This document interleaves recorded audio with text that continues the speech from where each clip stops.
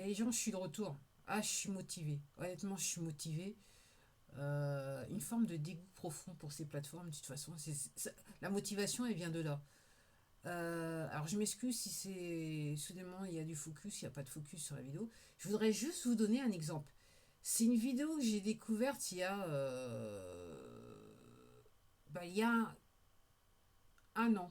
Parce que ça fait 2 ans qu'elle est sortie la vidéo. Donc, il y a un an. Je regardais la vidéo d'une personne, une anglaise en fait, qui est née en Inde, donc qui chante des chants traditionnels indiens. Et donc ses abonnés lui avaient demandé de faire ce qu'elle pensait. Vous savez, les genres de vidéos, ce que je pense de la vidéo de l'autre, l'enregistrement de l'autre, ce que je pense de la chanson. Et elle a commencé à en parler. Et je me dis, avant de terminer, de regarder, de terminer de voir ce qu'elle a à dire, je vais aller voir la vidéo en entier. Ok. Parce que là, je me suis dit, alors, je vous raconte pas les gens, quand j'ai entendu déjà juste le début, je me suis dit, waouh, waouh, waouh. Vous savez, alors c'est une chanson, donc ça a été. Alors, pourquoi je fais cette vidéo? Parce que ce truc, c'est quelque part tragique. Alors, c'est le Coq Studio au Pakistan, donc je suppose que c'est un show, donc ils en sont là à la 14e session. Il y a 2 ans de ça, ils étaient à la 14e saison. Donc, il fait des enregistrements avec des chansons d'artistes d'origine pakistanaise, puisque c'est le Coq Studio au Pakistan. Et donc, moi, ce que je comprends, donc, il y a toute une équipe qui travaille derrière, d'artistes, auteurs, compositeurs, interprètes, et il y a un monsieur donc, qui a écrit cette chanson. Il y a des vidéos hein, en coulisses sur cette plateforme, de cet enregistrement. Et il s'est dit, comme il connaissait les artistes de son pays, il a demandé donc à cet artiste Nassib Olal et Abida Parvin, je crois que c'est un poète soufi réellement, qui chante les poèmes des textes, ok. Qui chante les textes des vers soufis, voilà, je vais y arriver, ok. Donc il leur a demandé d'enregistrer. Et quand j'ai entendu ça, vous savez, moi ça me fait l'effet, je vais vous dire honnêtement, c'est le genre de morceau, une fois que c'est enregistré, personne ne peut faire mieux. Moi je l'ai entendu comme étant, je dirais, la réalisation parfaite sur tous les plans. En termes de juste instrumental, la musique, l'interaction des deux chanteuses, tout est parfait. Tout est parfait, tout est parfait. Tout est parfait, il n'y a rien à redire. Et je vois, il y a un tas de gens, comme ils ont remarqué que cette chanson était populaire, donc ils essayent de la chanter. Vous verrez un tas de vidéos sur cette plateforme. Mais il y a une magie là-dedans, entre les deux artistes qui sont face à l'autre et qui interprètent ce texte, que c'est quelque chose qu'on ne peut pas refaire. C'est quelque chose que personne ne peut reproduire. Et même l'artiste Nassibo Lal, quand les rares fois elle chante des extraits de ce titre, ça paraît fade. Pourtant, c'est elle-même qui a chanté, mais clairement, au moment de l'enregistrement, il y avait une magie qui s'est opérée, qui s'est aussi, je dirais, reportée sur l'enregistrement de l'émission ce jour-là. Et c'est juste magnifique. Alors, donc, elle chante en pakistanais. Les deux artistes chantent en pakistanais. Vous avez des sous-titres en anglais sur le texte. Vous avez le texte en pakistanais, une version phonétique du texte en pakistanais. Voilà. Et après, la version anglaise, une interprétation, une traduction anglaise. Alors, pourquoi je fais cette vidéo? C'est ce que moi j'appelle foutage de gueule industriel par rapport à cette plateforme.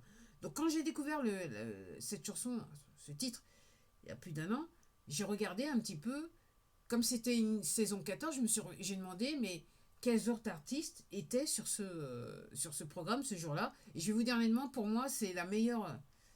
J'ai l'esprit ouvert, je peux écouter les musiques du monde, mais pour moi, c'est la meilleure chanson qu'ils aient jamais faite, sur tout le programme. Alors après, j'ai pas regardé les programmes les plus récents, mais même sur ce programme, sur cette saison-là, il y Il n'y a pas photo. Il n'y a pas photo. Apparemment, c'était la chanson d'introduction au programme. Ok. Alors pourquoi je dis foutage de gueule industriel? Donc le titre, c'est tout Joom. Bon, je ne suis pas pakistanaise, donc ils ont une manière de dire Joom, Joom, qui... ouais, donc je dis juste Joom. En fait, ce qu'elle veut dire, élève-toi, élève-toi, spirituellement, élève-toi. Parce qu'en fait, ce titre, il parle en fait de spiritualité. Très profond, très profond. La plupart des gens qui l'écoutent, ils laissent des commentaires. Comme vous voyez, il y a 920 000 likes pour seulement 72 millions de vues. Donc moi, quand je l'ai découverte, cette chanson, elle avait 61 millions de vues. Et je me suis dit, mais comment c'est possible? Mais en fait, je me suis, quand je dis comment c'est possible, je me suis dit, ben bien sûr, parce que vu ce qu'elle chante et le texte qu'il y a dedans, ça ne peut pas le faire pour cette plateforme. Entre guillemets, les poteaux, ils sont là pour vous mener à la dépression. Donc là, on vous demande, entre guillemets, c'est une ode, c'est un chant, c'est un titre, c'est une ode à l'élévation spirituelle. En passant par ce que vit l'être humain et réellement rappeler à l'être humain que ce qu'il doit faire réellement, c'est s'élever spirituellement. C'est ce que dit le texte. Okay. Donc, quand vous allez voir sur les autres titres, vous verrez que certains artistes, ils ont plus de 150 millions de vues sur leur titre. Si vous allez sur d'autres saisons, vous allez découvrir qu'il y a des artistes qui ont plus de 100 millions de vues. Okay. Mais comme ce titre parle de certaines choses, moi, je prétends, au regard de la qualité du titre, la manière dont ça a été enregistré, au regard des commentaires qui sont laissés sur cette vidéo, que ce titre, il doit au moins avoir 200 millions de vues. Et que cette plateforme fait tout pour que ce titre n'apparaisse pas. Et à sa grande, je dirais, à son grand regret, il y a certains créateurs qui ont pris connaissance de ce titre et en ont parlé, ce qui fait que la vidéo est devenue plus populaire. Alors pourquoi je vous dis ça? C'est que Abida Parveen, c'est le poète soufi par excellence. C'est l'artiste par excellence au Pakistan. Elle est vénérée, révérée et vénérée par tout le monde, y compris toutes tendances confondues. Parce que c'est une poète aussi, c'est une poétesse aussi, et on comprend sa sagesse par rapport au soufisme. Elle a compris ce qui se passe, elle sait en parler, donc elle est révérée. Et bon, je me suis, parce que moi je la connaissais pas, donc je suis partie comment ça s'appelle, sur cette plateforme et j'ai regardé un petit peu quel autre enregistrement elle faisait, quel d'autres chants elle faisait. Et comme je dis, bien que je ne comprenne pas le pakistanais, quand elle chante, je suis touchée, ça me va droit au cœur. C'est tout mon corps qui ressent les ondes. Et c'est pareil, la première fois que j'ai écouté ce titre, j'étais waouh. Et ne serait-ce qu'hier soir encore, je l'écoutais après que j'ai enregistré ma vidéo 9 2024, l'armure de Dieu. Hier soir, juste avant de me coucher, j'ai été regarder la vidéo plusieurs fois. Et puis ce soir, je pense qu'avant de me coucher, je vais encore regarder la vidéo plusieurs fois. Parce que il n'y a pas photo. Et il y a des gens qui mettent le commentaire, je me sentais mal, heureusement que j'ai trouvé. Et quand je me sentirai à nouveau mal, je reviendrai écouter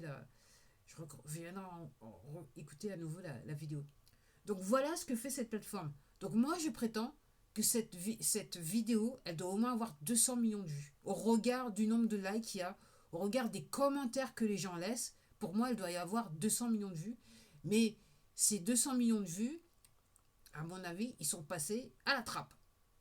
Okay. Et je dis l'ironie du sort, c'est que ça soit Coca-Cola qui sponsorise un truc comme ça. Et je me suis dit, est-ce qu'il n'y a pas eu un glitch, une erreur dans la matrice? Parce que personne ne pourra jamais réenregistrer ce titre comme elles l'ont fait. Personne ne pourra porter ce titre comme elles l'ont fait. Plus personne. Alors peut-être quelqu'un le refera à sa façon, mais ça peut pas être reproduit aussi bien en termes de texte, de rendu artistique, aussi bien en termes de composition musicale qui apparaît d'après les commentaires une composition médicale quelque part. Ok, personne ne peut reproduire ça. C'est un truc. Et les artistes, ils savent bien. Les auteurs, compositeurs, interprètes, ils savent bien.